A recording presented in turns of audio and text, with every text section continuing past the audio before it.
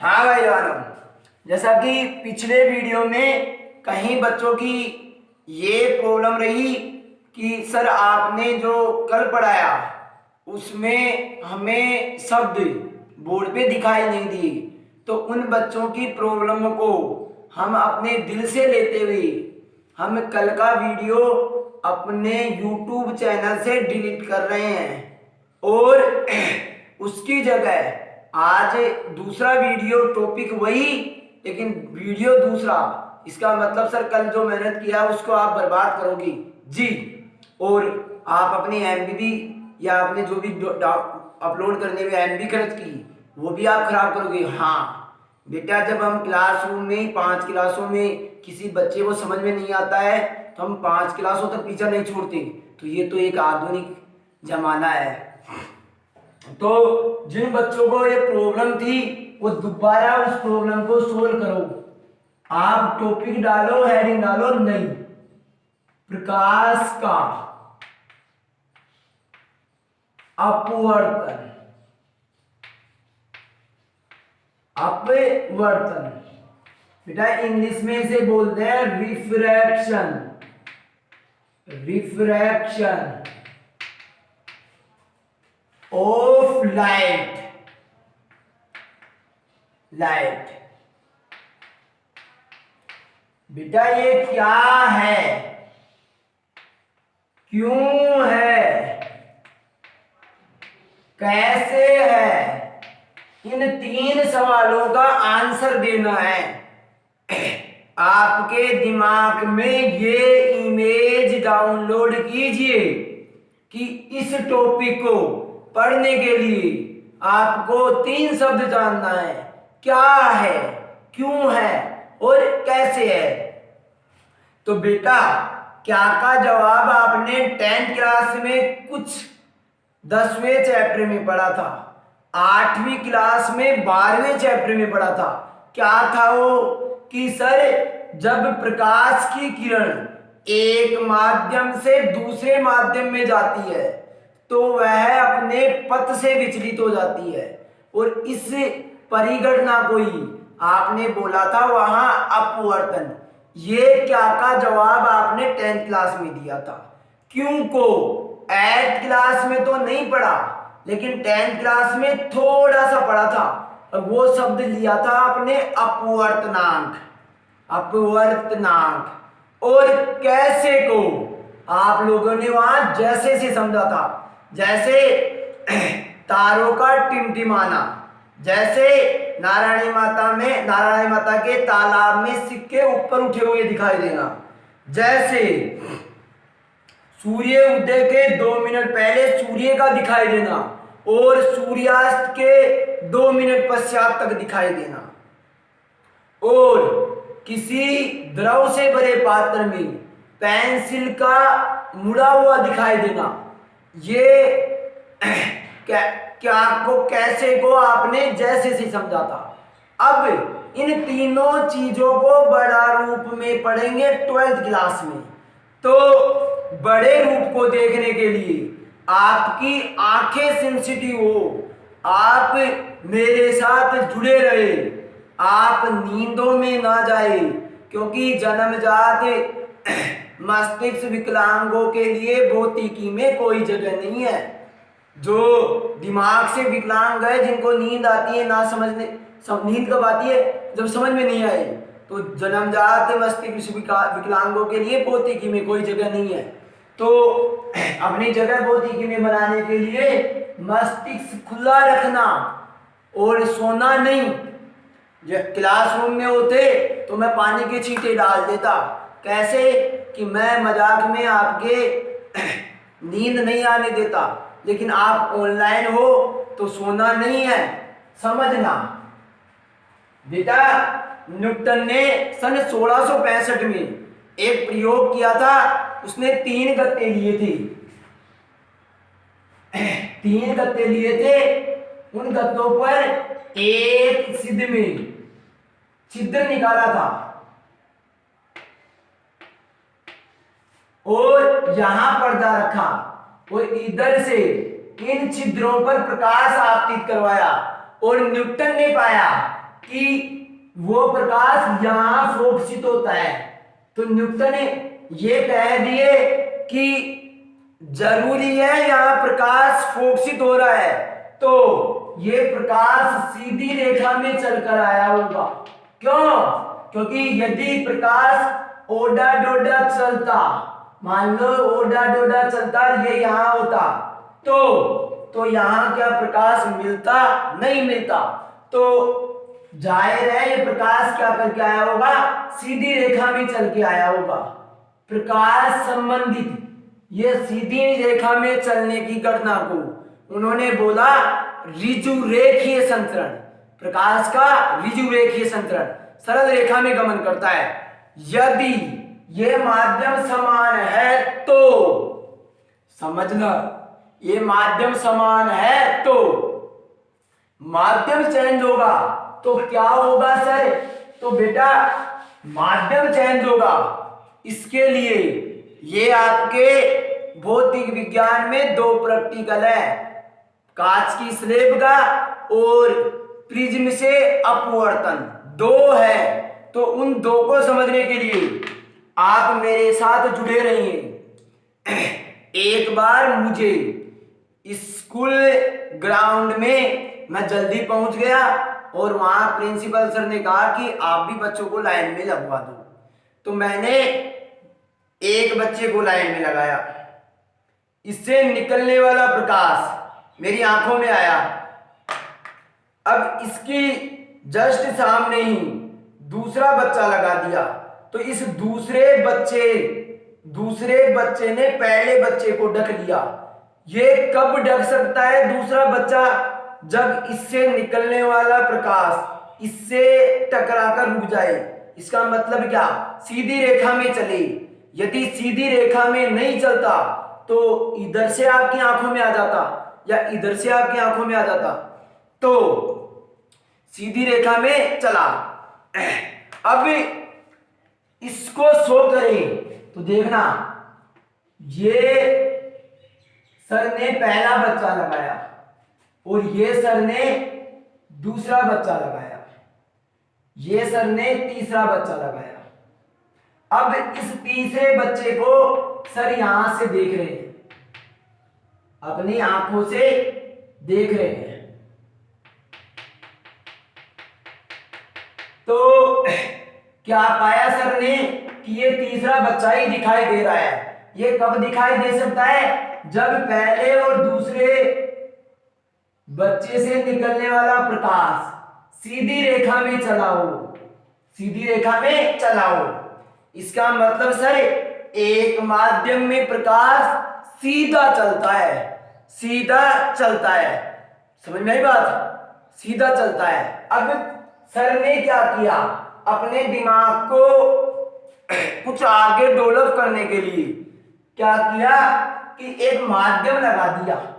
माध्यम देखना, माध्यम देखना, आप ऐसे समझो यारो, बहुत प्यारे बच्चे हो तुम लोग। जो नहीं समझ में आता है तो सर को परेशान कर देते हो, दो बार वीडियो बनवा लेते हो। ये तीनों बच्चे एक सिद्ध में है अभी तो, लेकिन जैसे ही मैं दूसरे माध्यम में से देखा तो आपको बच्चे की कुछ लाइन अलग होती हुई दिखाई दे रही होगी।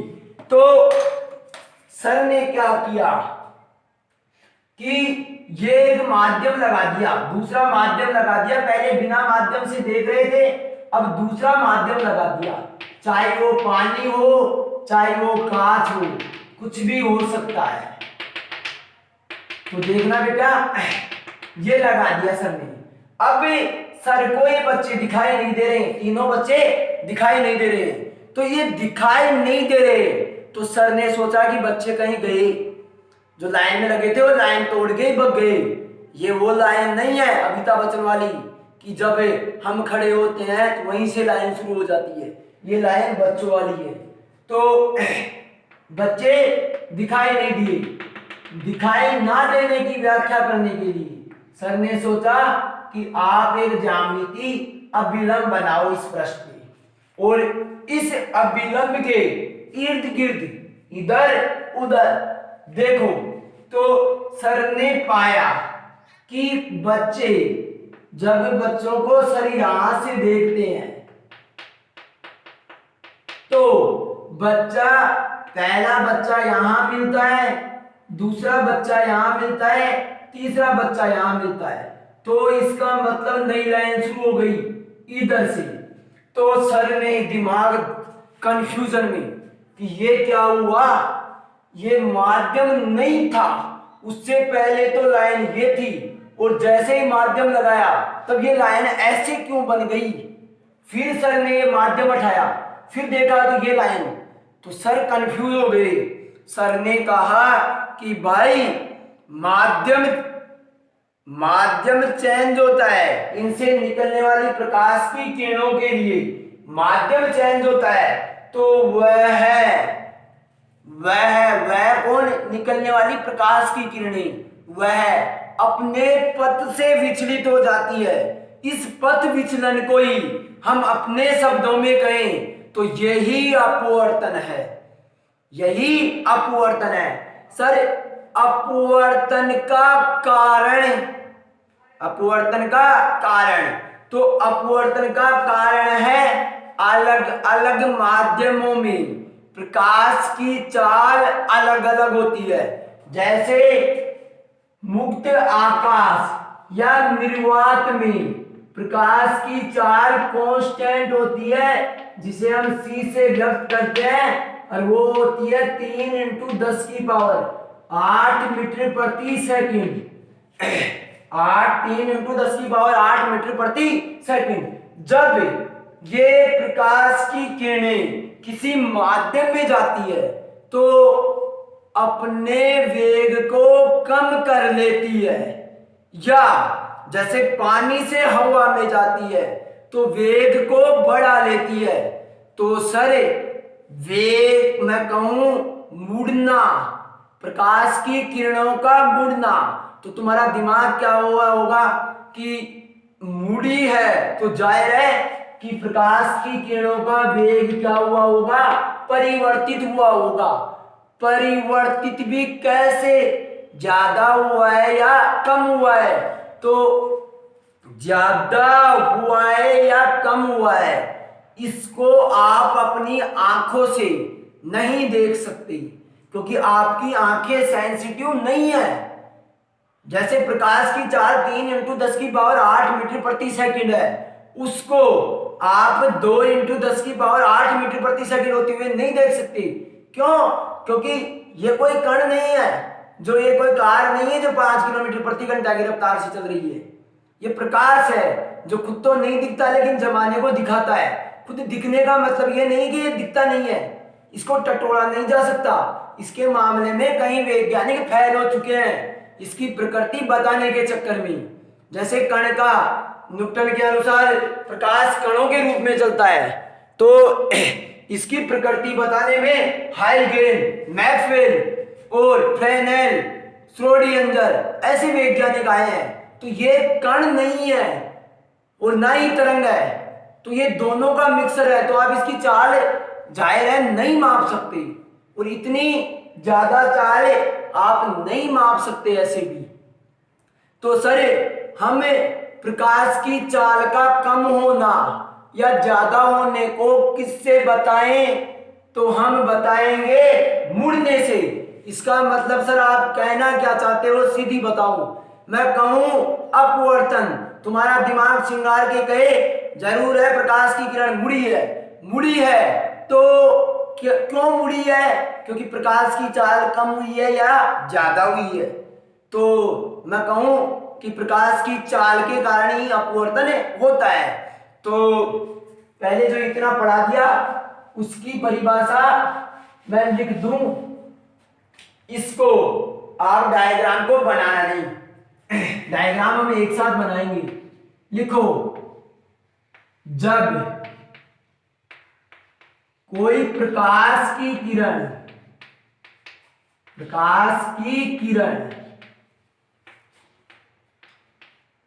एक माध्यम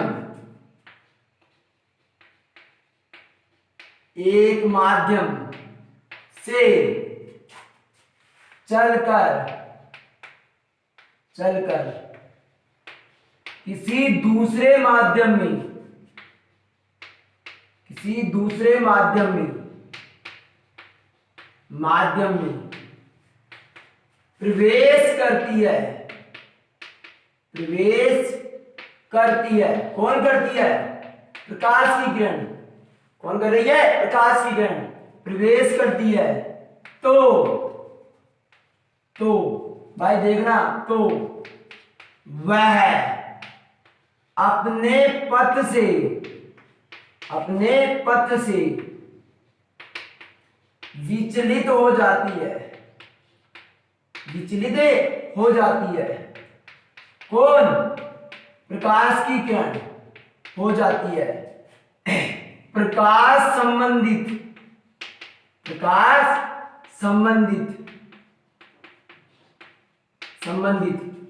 इसी परिघटना को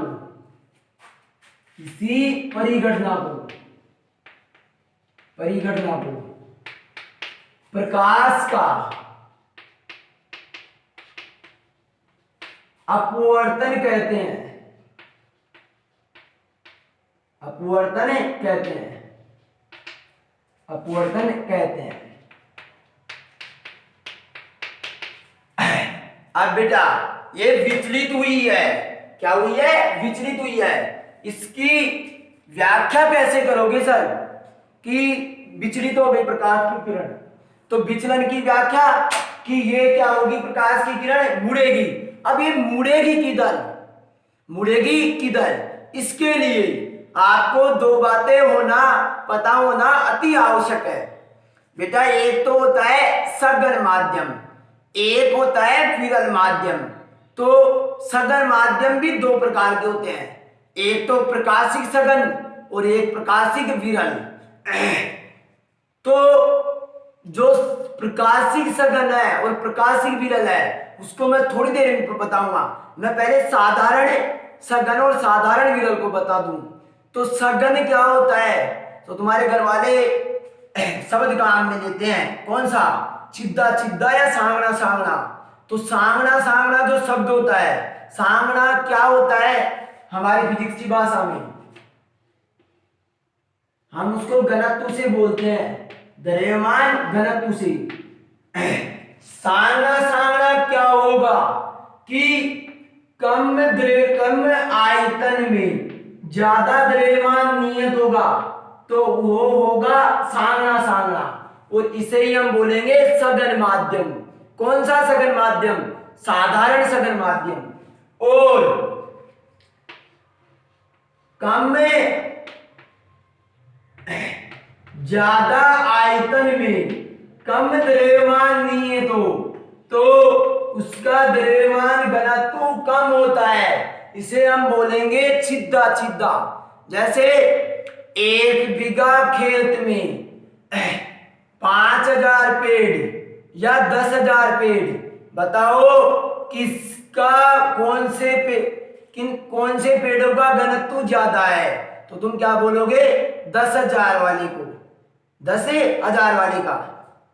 तो आपको ये साधारण सघन है और साधारण विरल समझ में आई होगी।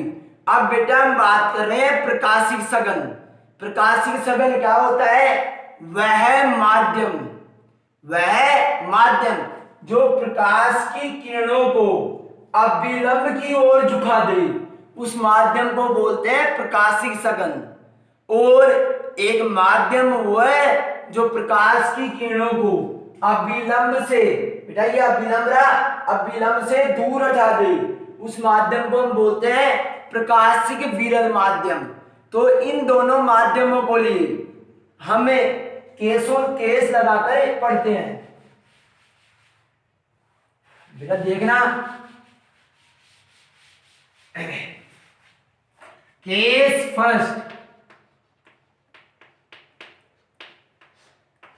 फर्स्ट क्या है? आराम से, तसल्ली से। ये कोई माध्यम है, सीमा पृष्ठ, इस सीमा पृष्ठ से ऊपर माध्यम कोई दूसरा है, इसे हम माध्यम ऐसे बोले कि ये प्रकाशिक विरल माध्यम है। और ये देखना बेटा,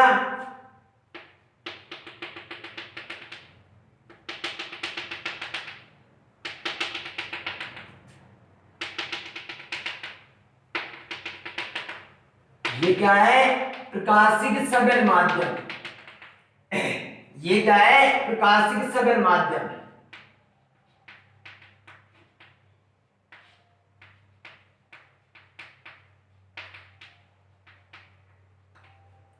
प्रकाशिक सघन माध्यम। ये अपना अभिलंब। अभिलंब तो बेटा देखना, इसको हम नॉर्मल बोलते हैं, इसे एन और एन डैश से व्यक्त करते हैं। जब प्रकाश की किरण प्रकाशिक सघन माध्यम से आती है तो इसे हम बोलते हैं आपतित किरण।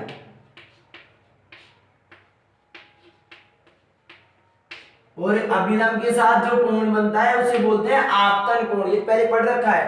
अब ये जाननी तो कैसी चाहिए थी? सीधी सीधी जानी चाहिए थी, इसका ये रास्ता होना चाहिए था, लेकिन ये किधर मुड़ गई? ये अभिलंब की ओर मुड़ गई। तो देखना,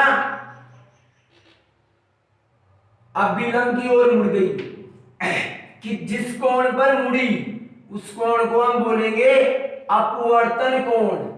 क्या बोलेंगे? अपवर्तन कोण। बेटा आर दोनों में सेम है, वहां स्मॉल आर रिफ्लेक्शन को शो करता था, यहां किसको शो कर रहा है? रिफ्रैक्शन एंगल को। तो ये मुड़ गई। कितनी मुड़ी सर? मैं बोलूं ये डेल कोण पे मुड़ गई।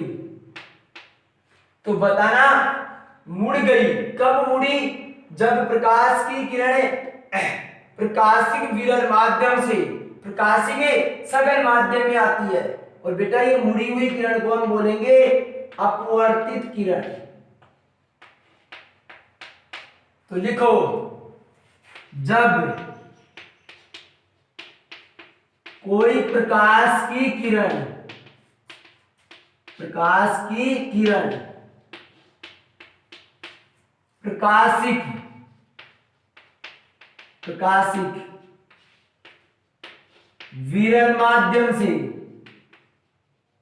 विरल माध्यम से प्रकाशिक सघन माध्यम में प्रवेश करती है तो वह कौन? प्रकाश की किरण। तो वह क्या होती है? अभिलंब की ओर मुड़ जाती है। तो वह अभिलंब की ओर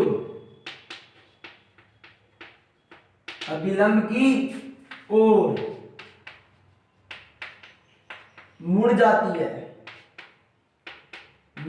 है। अब बेटा कल मैंने आपको एक डायग्राम में बनाया था, जिससे कई जो कमजोर बच्चे हैं उनके दिक्कत रही, प्रॉब्लम रही। तो ये आप इस केस के लिए डायग्राम बनाओ। इसके लिए यदि मैं डेल निकालना चाहूं, भाई कितनी विचलित हुई तो बताना मुझे। ये कोण आई है तो ये पूरा टोटल कोण क्या होगा? ये भी आई होगा। क्यों? क्योंकि शीर्षाभिमुख कोण। तो मैं बात करूं, ये पूरा टोटल कोण किन किन से बना है? आर प्लस डेल से। तो देखना, कोण आई बराबर आर प्लस डेल। तो मैं डेल निकालना चाहूं तो बोलना आई माइनस आर। इसका मतलब क्या है कि सर जब अभिलंब की ओर झुकेगी तो आर क्या होगा? ये कोण क्या हो जाएगा? ये कम हो जाएगा सर। ये क्या हो जाएगा? कम हो जाएगा। तो ये उतार दो, आप उतार लिया होगा आप लोगों ने, क्योंकि कल भी आपने पढ़ रखा है। अब के सेकंड लगाओ जब कोई प्रकाश की किरण प्रकाशिकी विरल नहीं, विरल नहीं, प्रकाशिक सघन माध्यम, सघन माध्यम से प्रकाशिक विरल माध्यम, प्रकाशिक विरल माध्यम, विरल माध्यम में प्रवेश करती है तो वह अविलंब की और नहीं, हम और नहीं लिखेंगे, क्या लिखेंगे? अविलंब, अविलंब की ओर नहीं, अविलंब से दूर हट जाती है, अविलंब से दूर हट जाती है, दूर हट जाती है। तो ये आप इसी डायग्राम में बता रहे थे कल तो, लेकिन कई बच्चों को समझ में नहीं आया, इसलिए हम दूसरा डायग्राम बता रहे हैं।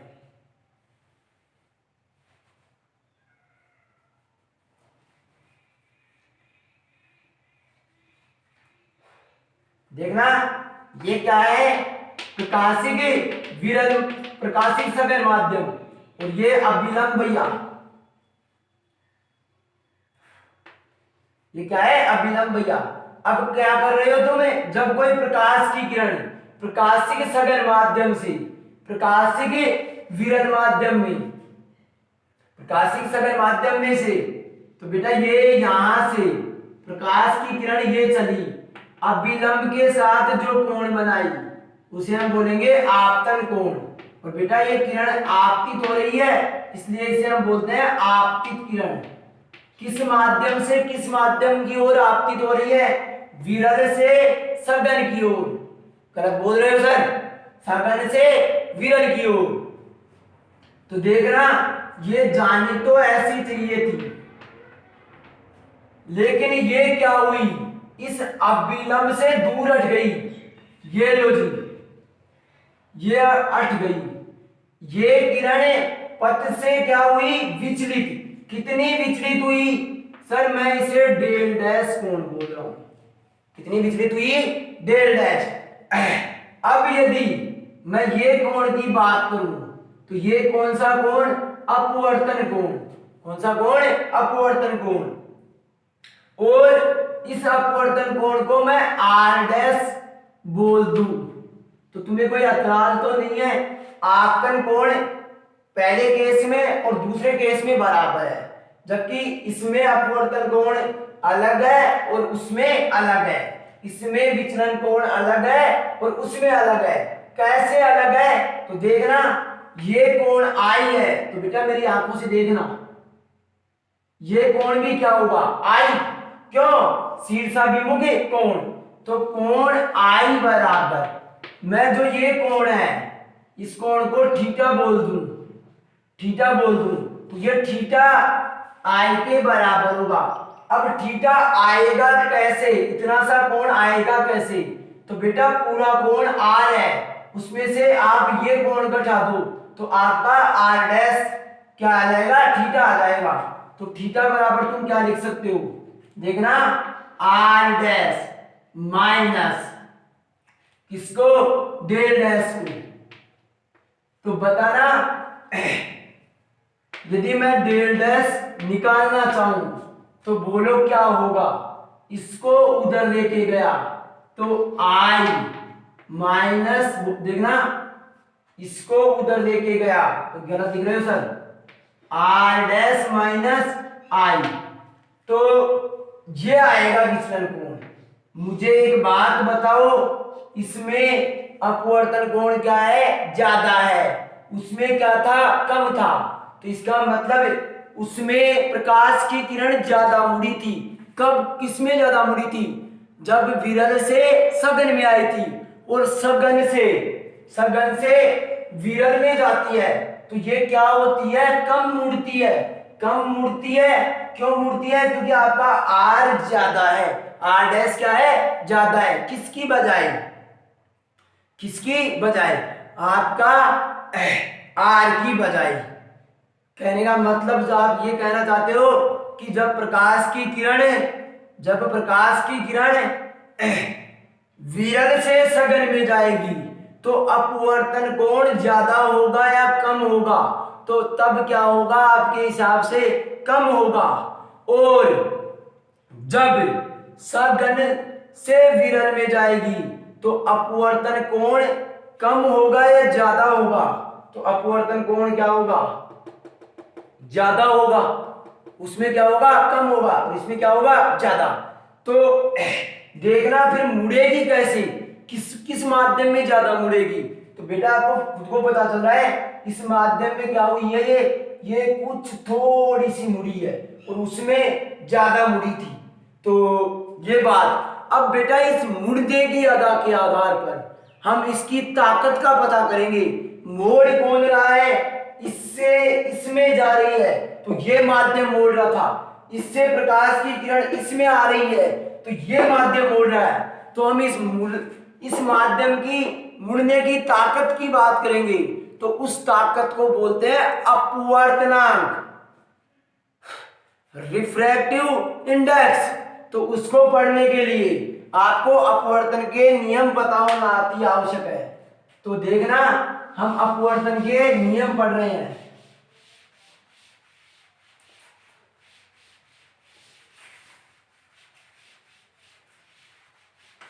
तो डालो हेडिंग अपवर्तन के नियम।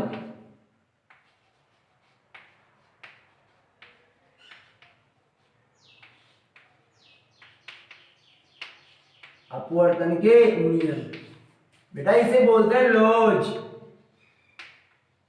Of refraction. रिफ्रैक्शन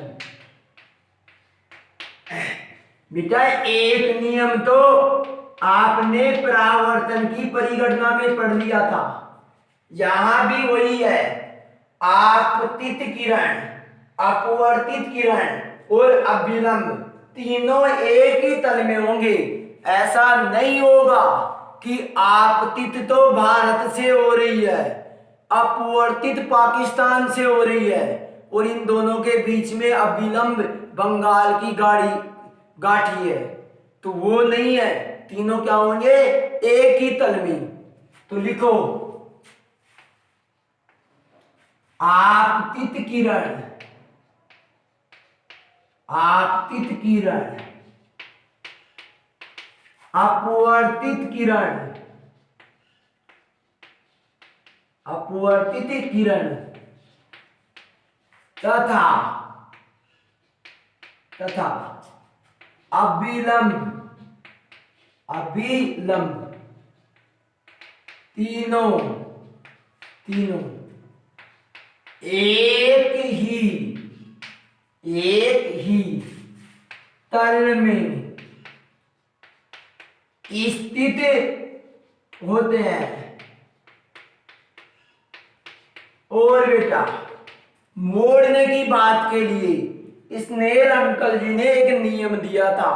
वो नियम है, आप सुनो, पहले समझोगे फिर सुनोगे और फिर दिमाग में बिठाओगे। तो पहले समझे,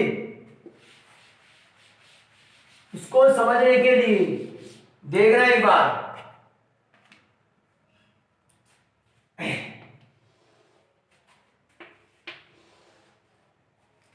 ये कोई माध्यम है फर्स्ट, ये अभिलंब है, ये माध्यम है सेकंड है,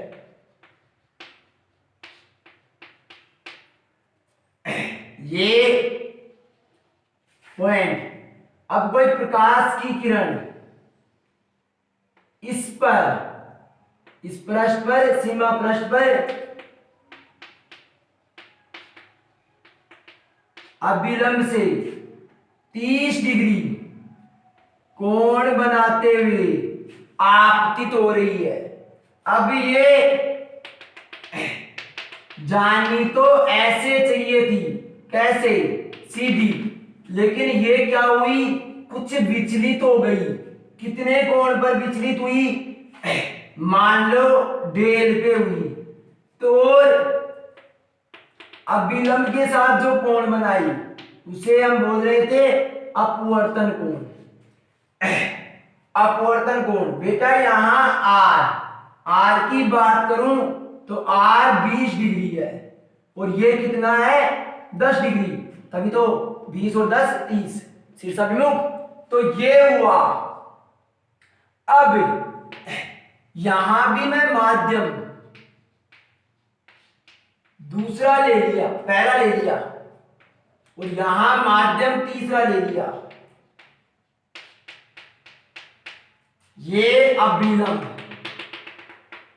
अब मैं बात करूं कि एक प्रकाश की किरण मैं डिट्टो वही 30 डिग्री पर आपतित कर रहा हूं। इस प्रकाश की किरण को जाना तो ऐसा चाहिए था, लेकिन ये कुछ मुड़ गई। कितने कोण पर मुड़ी सर? ये उससे कुछ ज्यादा कोण, उससे कुछ कम कोण पर। जैसे मैं बात करूं, ये मुड़ गई और ये कोण 30 डिग्री है, सॉरी 25 डिग्री है, तो ये कोण कितना होगा 5 डिग्री। तो ये कितने कोण पर विचलित हुई? 5 डिग्री कोण पर इधर मुड़ी, और ये 10 डिग्री कोण पर। बताओ कौन सी किरण ज्यादा मुड़ी? ये मुड़ी या ये मुड़ी? सर ये ज्यादा मुड़ी इधर, और ये क्या हुई? कम मुड़ी। ये कितनी विचलित हुई? 5 डिग्री, और ये कितनी हुई? 10 डिग्री। ये 10 डिग्री विचलित हुई। तो इनको विचलित कौन कर रहा है? सर ये माध्यम सेकंड और ये माध्यम थर्ड। तो हम इन माध्यमों की, सेकंड की और थर्ड की ताकत देखें कि कौन कितना मोड़ता है। उस ताकत को बताने के लिए स्नेल अंकल जी ने बोला कि वो ताकत ये है अपवर्तनांक, रिफ्रैक्टिव इंडेक्स म्यू। ये होता है आपतन कोण की जा और अपवर्तन कोण की जा का अनुपात। स्थिरांक होता है जिसे हम बोलते हैं अपवर्तनांक।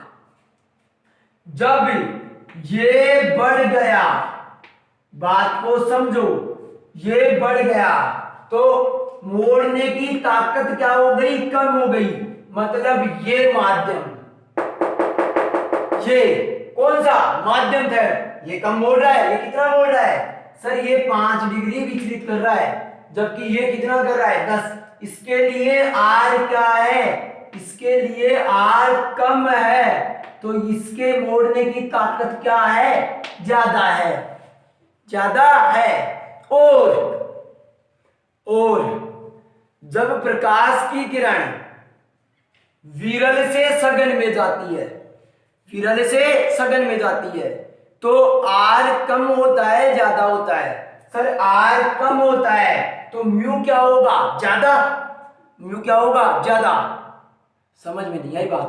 R क्या होता है? कम होता है, और I क्या होता है? ज्यादा। अभी बताया था ना यारों, डेल बराबर I माइनस R। अभी थोड़ी देर पहले केस फर्स्ट और सेकंड में, तो ये ज्यादा होता है और ये क्या होता है? कम। तो ये कम है और ये ज्यादा है, तो इसके जब प्रकाश की किरण विरल से सघन की ओर जाएगी तो वो किधर मुड़ेगी? अभिलंब की ओर मुड़ेगी। और जब प्रकाश की किरण सघन से विरल में जाती है तो R बढ़ जाता है और I कम हो जाता है। तो विरल माध्यम की मोड़ने की ताकत क्या होगी? जब ये बढ़ गया और ये कम हो गया तो मोड़ने की ताकत क्या होगी? कम होगी। बेटा ये ताकत किसके कारण प्राप्त हो रही है माध्यमों को? क्योंकि प्रकाश की चाल अलग अलग माध्यमों में अलग अलग होगी, और हम इसको ही हम बोलेंगे कि माध्यम की उपस्थिति में प्रकाश की चाल जितने गुना कम हो जाती है, ये क्या हो जाती है? कम हो जाती है, तो उसे हम बोलेंगे अपवर्तनांक। ये अपवर्तनांक और ये अपवर्तनांक दोनों सेम है। हम मैथमेटिकल 12वें चैप्टर में इन दोनों सूत्रों को बराबर सिद्ध करेंगे। अभी तो फिलहाल कुछ कर नहीं सकते, क्यों? क्योंकि लॉकडाउन चल रहा है, तो हम जो चल रहा है उस पर ही बात करें, स्नेल का नियम। तो स्नेल का नियम क्या है? आपतन कोण की जा और अपवर्तन कोण की जा का अनुपात स्थिरांक प्राप्त होता है। तो लिखना आपतन कोण की जा, आपतन कोण की जा, बेटा जा को साइन बोलते हैं और एंगल आपतन कोण को आई बोलते हैं। आपतन कोण की जा तथा अपवर्तन कोण की जा, इसे हम बोलेंगे साइन आर। आपतन कोण की जा और आपतन कोण की जा तथा अपवर्तन कोण की जा का अनुपात एक स्थिरांक प्राप्त होता है।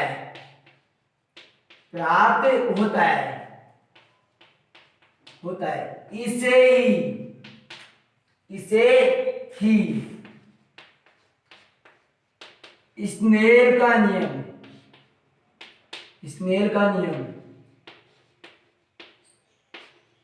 कहते हैं। बेटा स्थिरांक का मतलब होता है चेंज नहीं होगा, चाहे आप उसको कहीं भी ले जाओ, जुपिटर पे ले जाओ, चाहे पाकिस्तान ले जाओ, कहीं भी ले जाओ, यदि प्रकाश की किरण हवा से पानी में आ रही है तो हवा की तुलना में पानी उसे कितना मोड़ा वो सेम रहेगा।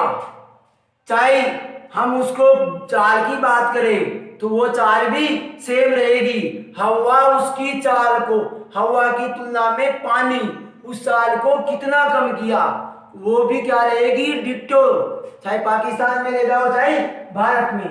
इसलिए इसे क्या बोले हैं? स्थिरांक। इसका मतलब है स्थिरांक बराबर, बेटा इस स्थिरांक को हम क्या बोलते हैं? मोड़ने की ताकत, जिसे हम क्या बोलते हैं? म्यू। और म्यू को अपनी भाषा में जहां म्यू बराबर क्या है? अपवर्तनांक।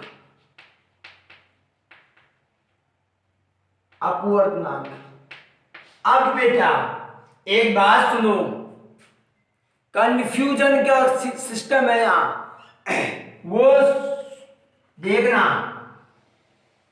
ये कोई माध्यम है,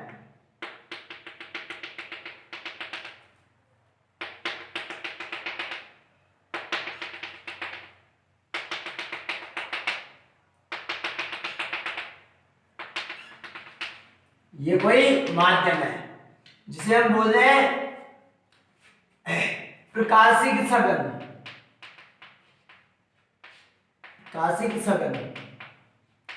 और ये है प्रकाशिक विरल। अब प्रकाश की किरण ये अविलंब, प्रकाश की किरण प्रकाशिक विरल माध्यम से आपतित होती है प्रकाशिक सघन की ओर। तो बेटा इसकी चाल क्या होगी? कम होगी। क्या होगी? कम होगी। तो ये डिपेंड किस पे कर रही है कम होने की? इस पर। किसकी तुलना में? इसकी तुलना में। किसकी तुलना में? प्रकाशिक विरल माध्यम की। इसका मतलब ये इसकी चाल को क्या कर देगा? कम, जिसका इफेक्ट अपने को क्या दिखेगा? प्रकाश की किरण अविलंब की ओर झुक जाएगी। तो देखो ये झुक गई, तो ये झुकी, कौन झुकाया? माध्यम दो। तो हम ताकत किसकी पढ़ेंगे झुकाने की? माध्यम दो की। किसके सापेक्ष? माध्यम एक के सापेक्ष। क्यों? कि माध्यम एक की तुलना में कितना झुकाया। यदि माध्यम एक होता ही नहीं तो हमें झुकने का पता कैसे चलता? ये तो वही बात हो गई कि मार साहब जी एक ही लाइन को देख रहे हैं अपनी आंखों से, कोई माध्यम लगाया ही नहीं। तो देखना, यदि ऐसे लिखें माना,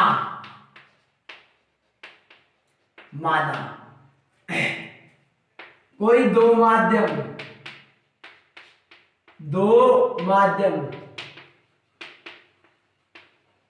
एक व दो है जिनमें, ऐसे मत लिखो यार, कल की बात हमें लिखो। कल क्या लिखा था तुम लोगों ने, क्योंकि रटा हुआ नहीं है। कल की कहानी कितनी लैंग्वेज खा भी गया, कहीं ज्यादा ही बता दिया हो। तो देखना, यदि प्रकाश की किरण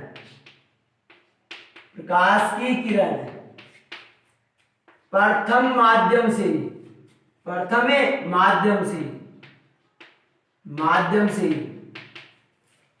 सेकंड माध्यम में प्रवेश करती है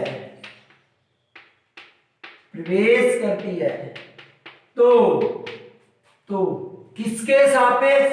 प्रथम में वेग क्या था, प्रथम में कितनी चल रही थी, किस वेग से चल रही थी, और प्रथम में वेग क्या था, उसको शो करने के लिए हम आपतन कोण भी बात करेंगे, क्योंकि कितना आपतन कोण बनाया था विलंब के साथ, और इसमें कितना बना रही है विलंब के साथ, या कितनी झुक गई।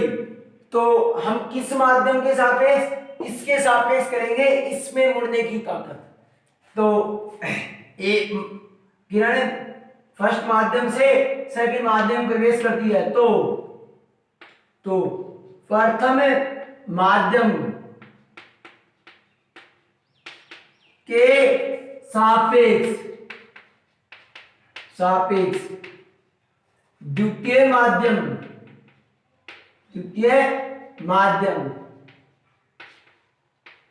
का अपवर्तनांक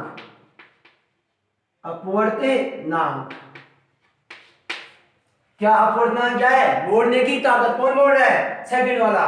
किसके सापेक्ष? देखना बेटा, इस सापेक्ष शब्द को अलग अलग बुकों में अलग अलग, प्रथम के सापेक्ष दूसरे की मोड़ने की ताकत, या फिर प्रथम के सापेक्ष दूसरे के मोड़ने की ताकत, या फिर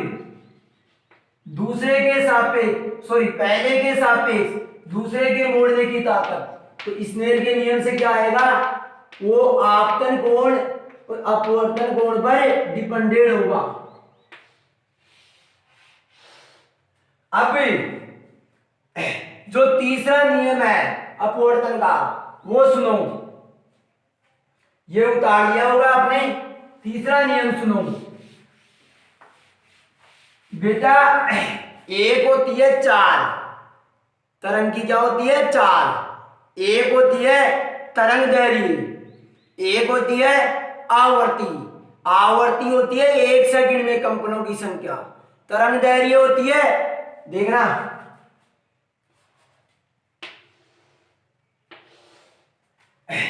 ये आपतित किरण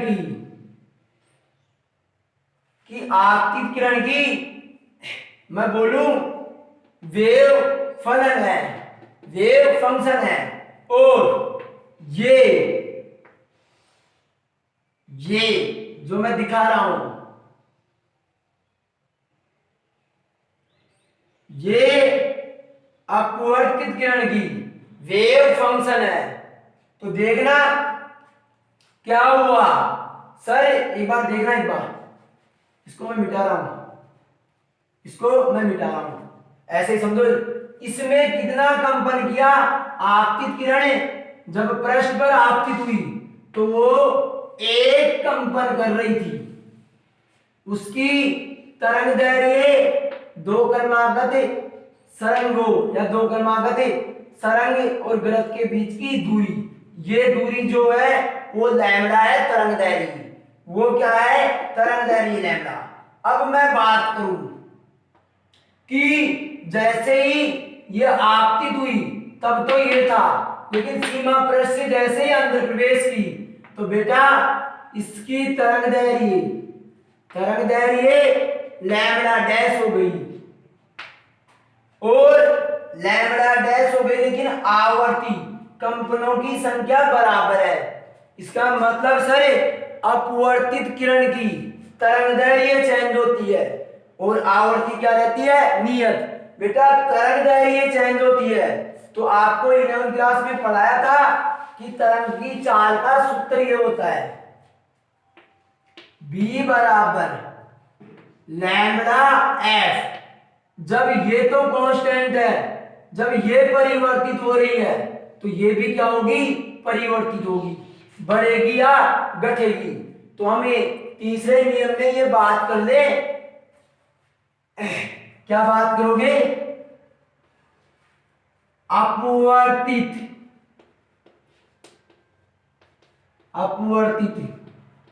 किरण की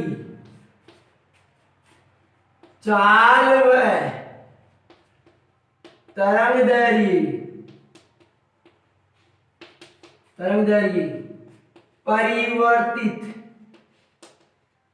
परिवर्तित हो जाती है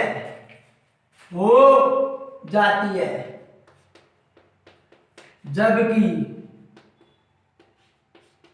आवर्ती नियत रहती है।